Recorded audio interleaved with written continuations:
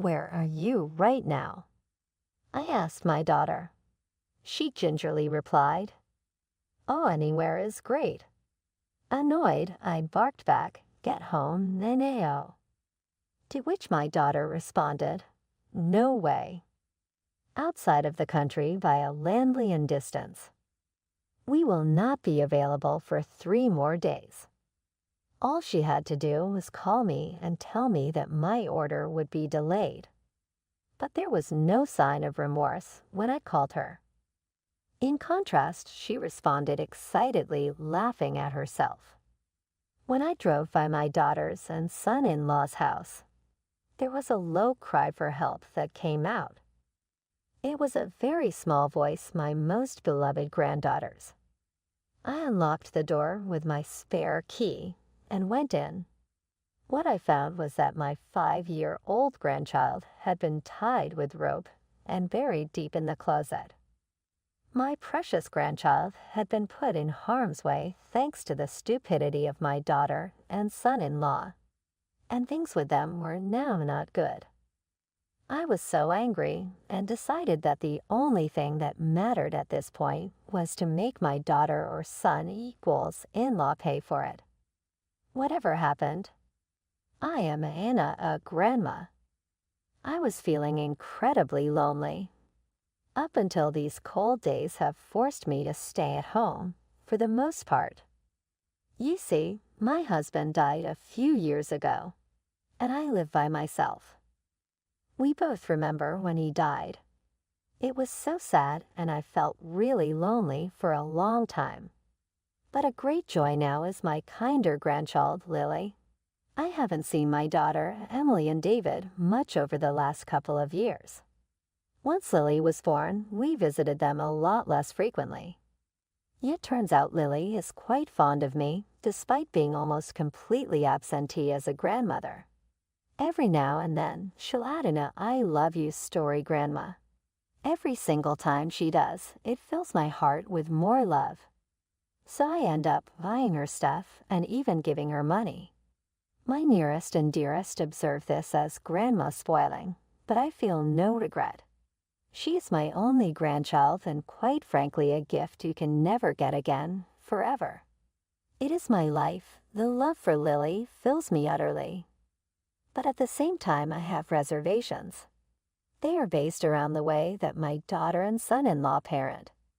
Frankly, I doubt Emily will ever put her own needs behind those of our child. And David, her husband, whatnot, doesn't much care for Lily. I thought my late husband and I were showering Emily with love when we raised her. That is why I wish to bitch about the current events the universe threw into Emily's life. But at the same time, I question whether it is my place to mess with their parenting. I feel like anything I say would just be giving my 2 cents, which likely won't be appreciated and they'll probably ignore me anyway. What is more, if Emily's release of stress from my yelling at her indirectly harms Lily, then it will be terrible. Given that, much as I hate to admit it, they are normal in every other way. Obviously, what Jay and Mrs. Nasty say must already work on some level with regards to discipline. Notwithstanding my reservations about the current state of children today not being held accountable for inappropriate behavior. It is true that I miss Lily and feel lonely for not seeing her there, but as far as it will go, I can always still be ISIT. They currently live in the house my late husband and I used to call home. When he passed away, it was getting difficult to take care of that big house by myself, and I gave them the title. That is why I have a second key too. On other days, I think to myself that it will be good if randomly at some time next week, the doorbell would ring and Mika's voice welcomed Lily. I visited my daughter and son-in-law's house one day after a long time. Their house is a long way from where I am at the moment, so it's not somewhere that I would go for fun on my own. Yeah, I had a purpose for visiting today. I attended as a guest of a friend nearby. This particular friend is a classmate from middle school that I assumed would join me in talking about old memories. However, I could not have predicted that the discussion would grow into a much more serious topic. Nana, do you know anything about Lily? But she's my granddaughter. How could I not know? Unknowingly to my own naivety, I answered frankly. No, that's not what I meant. Is Lily a victim of link fade? Huh. The impulsive response of my foolish voice, what do you mean? I gave in to finally hear the details from my friend. But as the story played out, I started to get this creeping feeling of unease. I dropped to my knees after listening everything.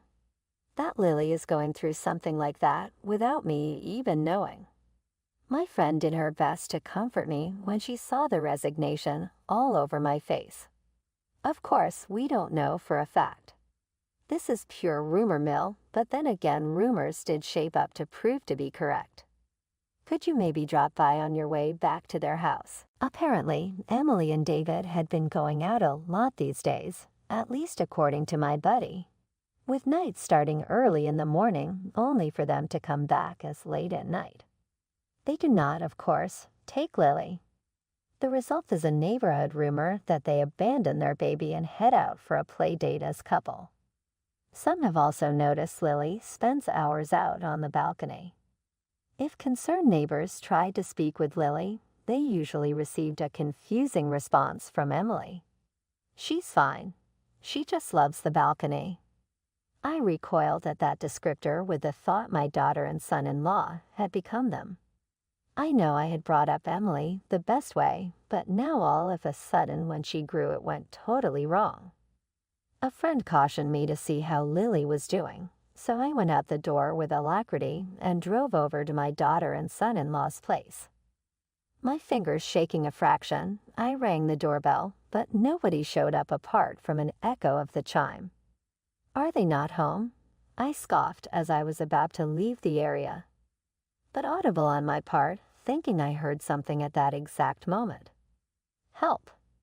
The voice was soft, and my hearing had grown worse as of late, so I rarely caught quiet sounds.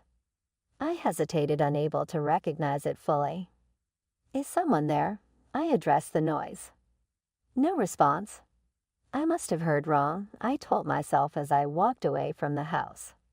However, at last I heard her sing, help, as clear as day. My spine chilled. Lily could only be the source of that desperate cry. I must have simply misheard, since I am such a doting grandmother. Under the circumstances, my daughter and her husband were probably enjoying dinner somewhere. But why would their child have called for help, even if she left them without a caregiver? Of course, my mind first jumps to worst-case scenarios, and I quickly unlocked an empty house. Lily, where are you? Through the system, I had been able to get my voice to her, and not too far off along came Lily's response. Grandma. Yes, it's Grandma. I'm here. Lily told me she was in the closet. My ass wrote a vetter. My worst fears had come true. Lily was in a tight soda can coil of rope inside the closet. Lily, how could this happen? In a frenzy, I clawed at the rope to get her loose as fast as possible, but damn it, those knots would not give. The constriction is immediately very tight and leaves almost no marks on Lily's skin. I managed to grab a pair of scissors nearby and cut her loose from the contraption. Why, family vacation with a twist. It would be 3 days before we are returning. The off. Naturally, I did not expect them to come back immediately, but hearing it from my daughter made me angry. Before I said anything else, Emily quickly cut me off and hung up saying, busy. I finally lost it with Emily. I looked down on those who would abandon their own child and just have fun for themselves. And from my own daughter, too. I may have had a lot of regretful parenting practices, and I think deep down in my soul felt like the worst wife ever. In this whirlpool of emotion, it was that frantic grab on my sleeve and furrowed brow by Lily which finally gave me pause for thought. Lily was weak and in desperate need of help, so I took her to the hospital as swift as possible.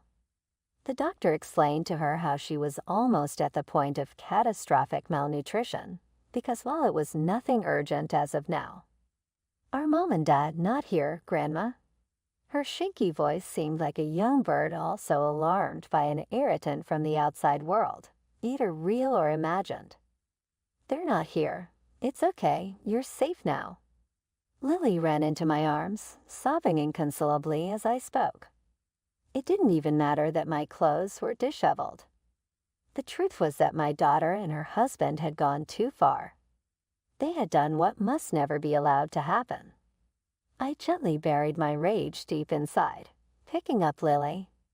Again, I examined her frail body and saw she had wasted away even more. It's possible that she hadn't been eating properly for days. It probably also true. Lily had faint dark marks all over her body, almost resembling bruises made by the rope. These could take some time to slowly fade.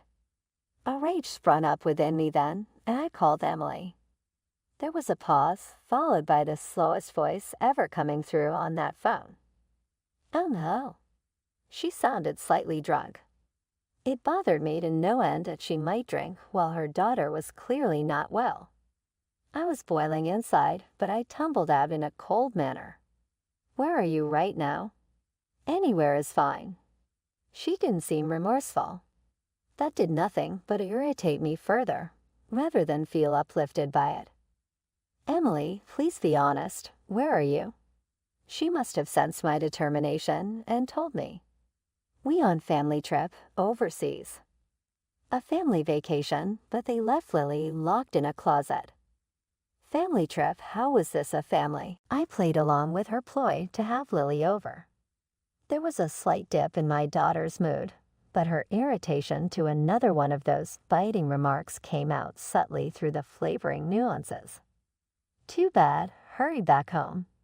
"Why?" "Family vacation with a twist. It would be 3 days before we are returning." "The off." Naturally, I did not expect them to come back immediately, but hearing it from my daughter made me angry. Before I said anything else, Emily quickly cut me off and hung up saying, "Busy." I finally lost it with Emily. I looked down on those who would abandon their own child and just have fun for themselves. And from my own daughter, too.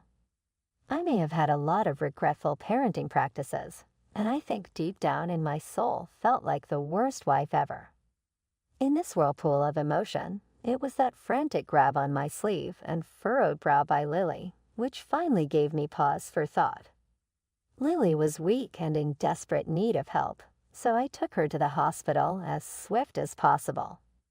The doctor explained to her how she was almost at the point of catastrophic malnutrition, because while it was nothing urgent as of now, I was relieved to hear that Lily had came through this unscathed. Then came the eruption of anger that was directed at my daughter and her husband. They had put my one and only grandchild at risk, therefore obviation. I decided my daughter and son-in-law needed to be held responsible, no matter what. To see just how far my daughter went is honestly sickening.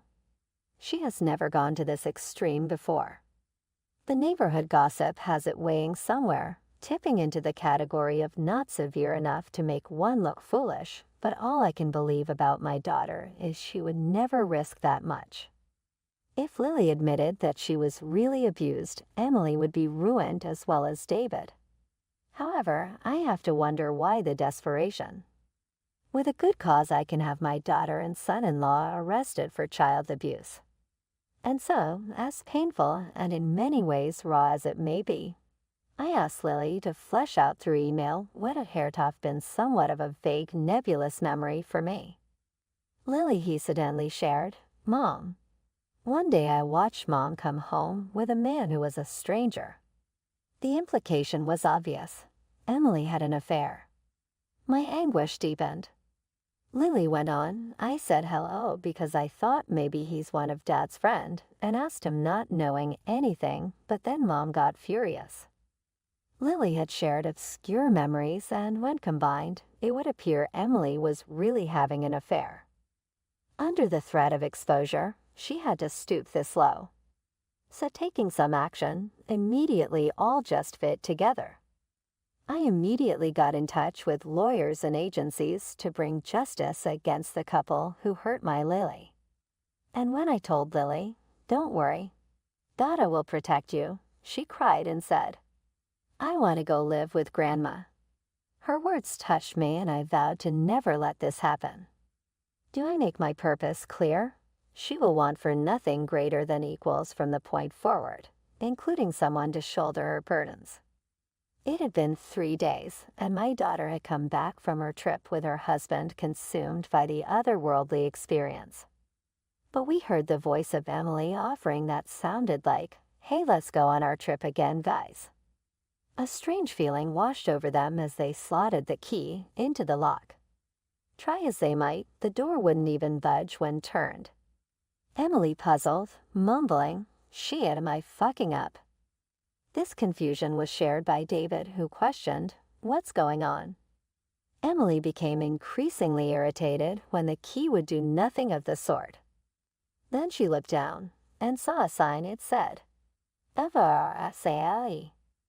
David looked to where she was staring and was equally surprised. "What on earth is happening?" he exclaimed. They both just stood there, clearly lost in the sauce. Then it hit Emily. "That old hag is responsible for this strange turn of events," she exclaimed. Emily grabbed her phone and called the number listed as "annoying old lady." "Hello, have you returned?" My voice, an octave above what I'd call mama trauma octave-ish on the scale of mentally through the phone and high-pitched enough to echo back through it. Emily vented out in a burst of anger. I guess all the frustration got to her. "What the hell? Phones call us. Why is our house on the market? Did you do this? It's unbelievable." I chuckled, except that it was not a laughter from the phone. It emanated from behind her. All I could do was smirk back at Emily when she finally turned around from her door-opening duties. "Emily, I am so disappointed in you. I've always been skeptical of your parenting, but I never thought it would get to this level." I scolded as calmly as possible. "Huh? What are you talking about? You said you were vacationing with family overseas, didn't you? Where's Lily? Shouldn't she be with you?" When the only thing alive next to her was a husband, Emily suddenly broke into sweat before spreading out. "Well, Lily went over to drop off cookies at a friend's." She fluently let it go. "Really?" I asked, signaling for Lily to come out from behind me. Emily went stark white and clung to my legs. "Lily, why are you here? Why are you here?" "Emily, you tied Lily up with ropes and put her in the closet. You're truly despicable." As usual, rejected to continue. "Why would you do that?" Emily saw she had been busted and tried making up excuses. "What do you know? Parenting is tough. You got to do it sometimes for them, so they learn. Parenting is hard, truly it is. My stupid daughter would have maybe been a slight bit better if only she learned her lessons from you." I spat out sarcastically. Emily fell silent. David, who was usually a quiet person, expressed his grievance asking, "Why sell the house?" "What's going on?" "Because you didn't transfer the ownership when you took over. Then legally this house still belongs to me. It is my property. Take note that I can sell it if I feel like." Emily trembled. "So where are we gonna go live then?" The parents were too benumbed to be even worried about their child. "Are you then not concerned about your own child?" They looked uncomfortable as I gave them my serious teacher voice. "So Lily takes refuge under you." "No problem," Emily said with their typical coldness, which was something that made me angry. I sighed. Emily had managed to achieve a mix of shock and disbelief. An effect Kodak, hip-hop legend with decades-old criminal convictions, was seeking out so that he could make his point clear about current rap music. "When you were gone at gallivanting, I went to CPS and lawyers and law enforcement.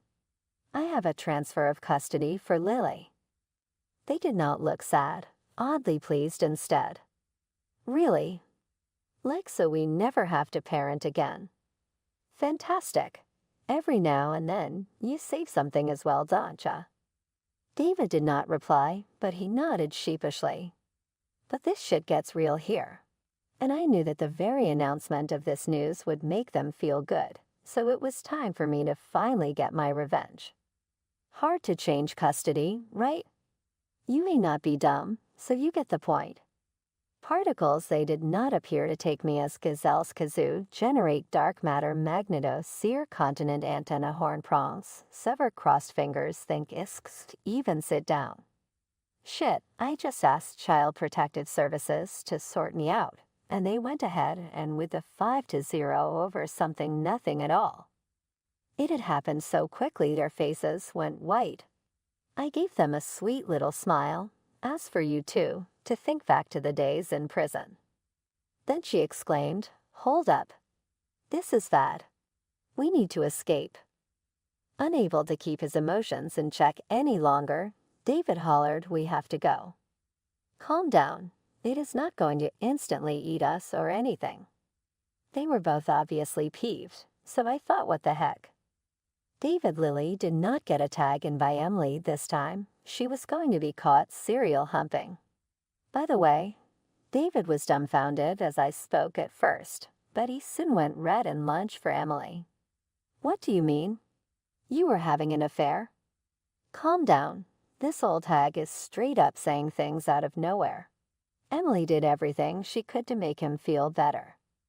Emily tried her best to pacify David, but he was clearly still upset. And then I said, "Oh, and you know who she was having an affair with. Her high school classmate, Ethan, the guy next door, you know." Emily clenched her jaw. "How do you know all this?" She accidentally exposed the affair when she blurted out. The fury in David had grown hot. He was now chastising her. He was practically apoplectic and raged to form sentences. It was pretty funny to see how much it set him off, and I had more. By the way, Ethan is a married man. His wife found out and was fuming. She even threatened with a lawsuit for damages. Emily fell silent. Understandably so. She had to find a new place, lie to the cops about how he came by that brake line job, and prepare herself for one massive alimony check. The police matter was almost anticlimactic. Of course she would be arrested. It is the lowest point of her life at present, still couldn't make up for what she did to Lily. I made my mind up to do one last crippling thing. So I ended up hiring an attorney to look into different things. We found out that Emily was using the money I sent to provide for Lily. Both of you ought to have saved hundreds of thousands, but apparently the two of you squandered it. It seems they even paid for the recent trip expenses. I looked at Emily, who seemed so defeated. David, the guy who was unruffled still till now, just flinched at my words. "Well, I have to, so therefore going to make a claim," I said, adding just a touch of sarcasm, and then I saw red and let out one final parting shot stating that enough was really enough, for which Emily unleashed a tirade of her own. "How can you do this to your own daughter? Unbelievable. The worst parent in the whole wide world." My response, "I was going to tell you the same thing." Emily felt her anger start to rise, but she had done it to herself. I never ever would have thought my own daughter could stoop so low. In the end, they were convicted of child abuse and went to jail. They had ironically discussed breaking up over Emily's infidelity just a week before, and here they were both on their way to prison. They were drowning in debt due to the alimony, adjacent claims from his affair, and repayment of misusing my financial support. Because David was fired as a result of the guilty sentence, he and Sarah fell into $160,000 in debt payments that they would never be able to pay off without any major income source. I was all over the place with my emotions, but that is due to them being at fault in having brought it on. Hopefully they reflect and improve. Meanwhile, I am over here all like new life with Lily, of course. At first, she had a difficult time adjusting to living in her own, and with only Grandma the fear of repeated violence continued to haunt. But ours and my neighboring made her say so with slight smile coming back to her face. Lily repeatedly tells her grandmother, "Thank you for helping me." Of course I have to help her given the situation, but even still, feel bad for not helping prior till things escalated like they did. It is heartwarming to see her smile with true gratitude. Now my days will be spent with Lily. They may not be big days, but each one I hold dear.